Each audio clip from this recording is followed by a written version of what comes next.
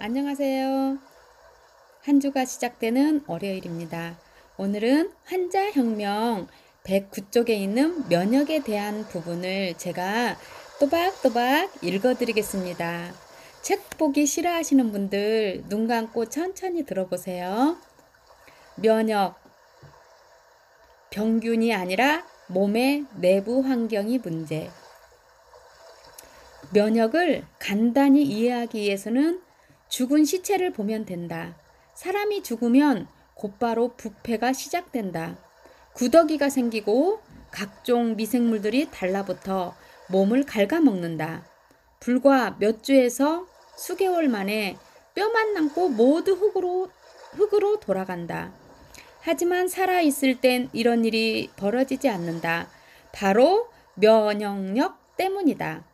이렇듯 면역은 생명을 유지하는 힘이다. 죽은 동물의 시체를 부패시키는 박테리아와 미생물은 어디서 따로 오는 것이 아니다. 늘 우리 곁에 존재한다. 하지만 면역 시스템이 견고하게 지키고 있기 때문에 부패가 일어나지 않는 것뿐이다. 그래서 면역 시스템은 군대에 비유되기도 한다. 정확하게 군대와 경찰이다. 조직이 손상되거나 미생물에 감염되는 경우처럼 외부로부터 위협이 발생하면 호중성 백혈구가 제일 먼저 상처 부위에 도달한다. 호중성 백혈구의 가장 특징적인 기능이 바로 신속한 이동과 세균의 포식 및 살균이다. 강한 급성염증에 중요한 역할을 한다. 외부 침략자와의 전면전 혹은 국지전을 벌이므로 군대라고 할 수 있다.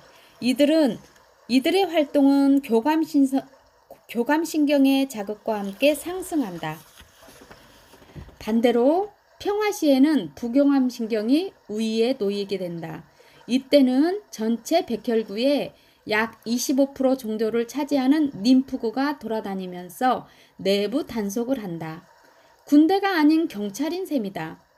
대표적으로 유명한 활동이 돌연변이 된 세포를 찾아 제거하는 것이다. 바로 암세포다. 그래서 암 예방을 위해서는 부교감신경이 우위에 있는 것이 유리하다. 느긋하고 속 편하면 된다. 단 환경에 상관없이 느긋하고 속 편해야 한다.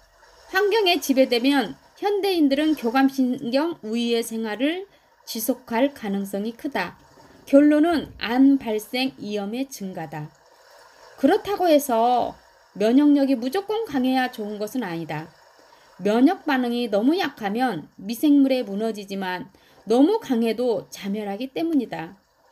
면역력이 조금만 행진돼도 자가면역 질환으로 공격한다. 자가면역 질환은 말 그대로 면역력이 나 자신도 공격하는 질환을 말한다. 면역력 강화가 면역 반응을 강하게 한다는 뜻은 아니라는 사실을 잘 이해해야 한다. 의학적 의미의 면역은 나 이외의 모든 것을 퇴치하는 시스템을 말한다. 단순히 박테리아나 바이러스 감염과 맞서 싸우는 수준이 아니다. 그보다도 훨씬 더 넓은 범위를 포함한다. 장내 미생물은 세균이지만 나의 일부로 인식한다.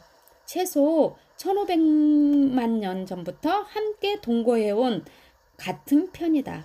따라서 공격 대상이 아니라 오히려 장내 미생물이 외부 감염의 위험으로부터 나를 지켜주니 연합군인 셈이다. 반대로 암세포는 나의 세포지만 같은 편이 아니다. 가만 놔두면 나의 목숨이 위험할 수 있기 때문에 우리 면역 시스템은 암세포를 공격한다. 그런 까닭에 단순한 항원, 항체 모델이 면역의 전부가 아니다. 백신은 특정 병원체에 대해 항원, 항체 반응을 일으킨다. 백신 주사 후 항체가 생겨나면 면역이 생겼다고 인정한다. 하지만 예전 모델이다. 감염성 질환의 발생을 억제하기 위해선 영양 상태와 위생 상태도 큰 몫을 차지한다. 똑같은 홍역이라 할지라도 영양 및 위생 상태가 우수한 선진국과 영양 및 위생 상태가 열악한 빈국의 발생률과 치사율이 다르게 나타난다. 장티푸스나 결핵은 백신 없이도 선진국에서 퇴치되었다. 1960년대 홍역 백신이 미국에서 출시되기 이전부터 미국 이미 홍역의 위세가 크게 꺾여 있었다. 홍역을 두려워하는 미국인은 거의 없었다. 영양 상태와 위생관념 덕분에 개체들의 면역력이 튼튼해졌기 때문이다. 우리나라의 경우 2005년에 이르러서야 수두 백신이 의무 접종에 포함되었다. 하지만 그 이전에 수두를 두려워하지 않았다. 이렇듯 면역이란 것은 일종의 오케스트라다. 모든 것이 협력하여 선을 이룬다.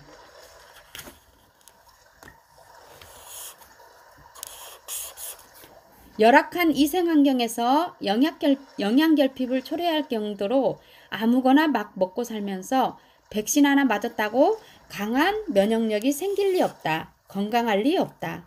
현대의학에선 병원체라는 용어를 쓴다. 병원체는 세균뿐 아니라 병을 일으키는 모든 미생물과 바이러스를 포함하고 심지어 프리온 같은 단백질도 포함한다. 면역에 대한 이해가 높아지면서 루이 파스테르의 단순한 세균 이론 시대는 지나갔다. 하지만 아직도 의료 현장에서는 예전의 패러다임에 머물고 있는 경우가 많다. 그 결과 폐혈증을 두려워하여 항생제 처방을 쉽게 한다. 학술지 네이처 2014년 12월 11일자에는 병원체라는 용어를 버려라 라는 제목의 기고문이 실렸는데 질병을 일으키는 미생물을 지나치게 강조한 의학 패러다임이 오히려 전염병을 이해하는 데 장애가 된다는 주장을 담고 있다. 이에 전적으로 동의한다. 나는. 연초가 되어 학급에 독감이 돌아도 모두 다 독감에 걸리지 않는다. 왜 그럴까? 독감 예방주사 덕분은 아니다. 독감 예방주사 효율이 매년 평균적으로 20%에 지나지 않기 때문이다. 주목해야 할 것은 독감 바이러스가 아니라 아동 개인의 면역력이다. 충분한 수면, 운동, 영양 섭취가 좋은 아이들이 바이러스를 잘 이겨낼 수 있어 독감에 걸릴 확률이 낮다.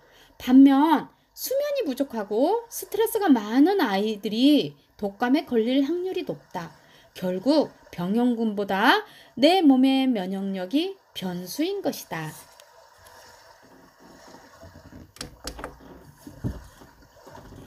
세균설과 내부 환경설. 19세기 의학계에서는 위대한 과학자 2명이 있었다. 루이 파스테르와 클로드 베르나르라는 두 사람이 질병의 원인과 치료에 대한 패러다임이 서로 완전히 달라 실정과 논쟁이 오갔다. 화학자이다 미생물자인 파르테르 세균설을 주장했다. 파르테르는 간단히 말해 병영균이 우리 몸에 들어와 감염되면 병에 걸린다는 이론이다. 그래서 세균설에 입각하여 원인이 되는 병균을 죽이는 항생제가 개발되었고 이는 백신과 더불어 현재 의학의 기본 패러다임으로 자리 잡았다. 그런데 당시 파르테르의 친구였던 클로드 베르나르의 주장은 전혀 달랐다. 외부에서 들어오는 병균이 문제가 아니라 우리 몸의 내부 환경이 문제라는 주장이었다. 병균이나 바이러스에 감염되는 것도 우리 몸 안에 균형이 깨질 때 감염되는 것이다. 당시 얘는 면역이란 개념이 없을 때였지만 지금 식으로 표현하자면 면역력이 약해질 때를 의미하는 것이다. 우리의 피부와 장 그리고 피 속에 어차피 수조 개가 넘는 균이 살고 있다. 이 중에서 좋은 균만 사는 것이 아니라 나쁜 균도 있다. 코 점막 속엔 감기 바이러스가 항상 붙어 있지만 그렇다고 늘 병균을 일으키지는 않는다. 평소에는 조화를 이루며 잘 살고 있는데 내부 환경에 문제가 생기면 면역력이 떨어지고 그때를 틈타 병원균이 증가하면서 문제가 생긴다는 것이다. 암도 마찬가지다. 암세포는 매일 생기지만 모두 암에 걸리지 않는 이유는 면역 기능이 제대로 작동하기 때문이다. 즉, 체내 환경이 균형을 이루고 있기 때문이다. 독감이 유행할 때 어떤 아이는 독감에 걸리고 어떤 아이는 괜찮은 이유다. 예를 들어 2개의 사과가 있는데 하나는 온전하게 그대로 두고 다른 하나는 식탁 모서리에 부딪혀 멍이 들었다면 멍이 든 사과가 더 빨리 썩는 것을 볼 수 있다. 그만큼 내부 환경이 중요하다는 것이다. 이 두 과학자는 살아생전 수많은 토론과 경쟁을 했지만 돈은 파스테르가 벌었다. 아무래도 파스테르의 세균설이 돈을 벌 수밖에 없었다. 각각의 병균에 맞는 항생제를 개발하거나 병원체에 맞는 백신을 개발하는 게 돈이 되기 때문이다. 내부 환경이 중요하다는 것은 당시로선 이해하기 어려운 애매한 개념인데다가 내부 환경이 좋게 유지하기 위한 영양, 운동, 스트레스 관리, 수면 같은 것들은 돈이 되질 않았다. 다만 파스테르는 임종을 앞두고 베르나르가 맞았어. 세균은 아무것도 아니야. 환경이 전부야. 라고 고백했다. 그리고 20세기에 들어와 프랑스계 미국인 미생물학자 리네 디보가 베르나르의 이론에 맞다는 것을 증명했다. 대부분의 질병은 운 나쁘게 외부에서 찾아오는 것이 아니다. 이미 몸속에 있던 병균들이 원인이 된다는 것이다. 뭔가 방해하여 균형이 깨지면 그때 병균들이 들고 일어나 병을 일으키고 증상을 일으킨다는 것이다. 근대 병리학자의 창시자인 누돌프 피로 역시 말년에 병원체가 병의 원인이 아니라는 것을 고백한다. 병원체는 자신들이 살아갈 서식지인 병든 조직을 찾는 것일 뿐이라고 밝혔다. 모기가 오염된 물을 찾는 것이지 모기가 오염된 물의 원인이 아니라는 것이다. 이미 깊은 통찰력이 아닐 수 없다. 파르테르가 틀렸다는 의미는 아니다. 인류는 파르테르에게 진 빛이 있고 감사해야 할 것이 많다. 항생제 페니실린의 개발로 전에는 손도 못 쓰고 죽은 질병들을 간단히 치료할 수 있게 되었다. 특히 전쟁에서 수많은 목숨을 살렸다. 그런데 요즘 다시 베르나르와 디보의 이론이 힘을 얻고 있는 추세다. 그렇게 해서 생겨난 분야가 기능의학이다. 아직은 멀었지만 많은 의사들이 점점 이쪽으로 눈을 돌리고 있다. 지금 암이나 고혈압, 당뇨 같은 만성질환들을 고치려면 베르나르의 내부 환경설에 입각해서 패러다임을 바꿔야 한다. 되지도 않는 알약 하나에 모든 것을 거는 게 아니라 먹거리와 영양, 생활습관, 수면, 스트레스, 운동과 같은 생활 환경부터 먼저 점검할 줄 아는 지혜를 갖춰야 한다. 오늘은 이렇게 면역에 대한 부분을 제가 읽어드렸습니다. 여러분들도 공감할 거예요. 정말 우리 몸이 문제라는 거죠. 내부 환경이 정말 좋아야 된다는 거, 이 책을 듣고 여러분들도 오늘부터 잠을 좀 빨리 자고 웬만하면 스트레스 받지 말고 좀 내 몸의 무게를 좀 내려놓고 그 다음에 운동, 강도 있는 운동이 힘들면 산책이라도 하고 이렇게 내 생활, 그리고 예전에는 패스트푸드를 많이 먹었다면 이제는 내 몸이 좋아하는 영양을 조금씩 채워가고 이런 생활이 여러분의 삶에 정말 중요하다는 겁니다. 오늘 함께 책 읽어주고 읽었으니까 한번 조금씩 실천해보는 여러분이 되었으면 좋겠습니다. 오늘도 행복한 하루 보내세요. 저는 김인순이었습니다.